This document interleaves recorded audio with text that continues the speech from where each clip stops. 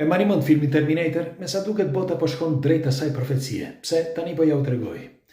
Ekziston një kompani shumë e madhe quajtur Anthropic, e cila merret me sigurinë e inteligjencës artificiale. Është një kompani që ka krijuar Claude. E ka krijuar ky zotëria që shihni këtu.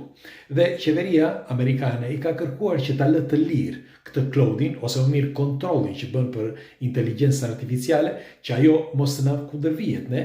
Dhe ky zotëria ka thënë jo, në fakt edhe drejtori para pak ditësh e la, pra e braktisi këtë kompani sepse tha nuk dua që të jem pjesë e një gjenocidi. Pse?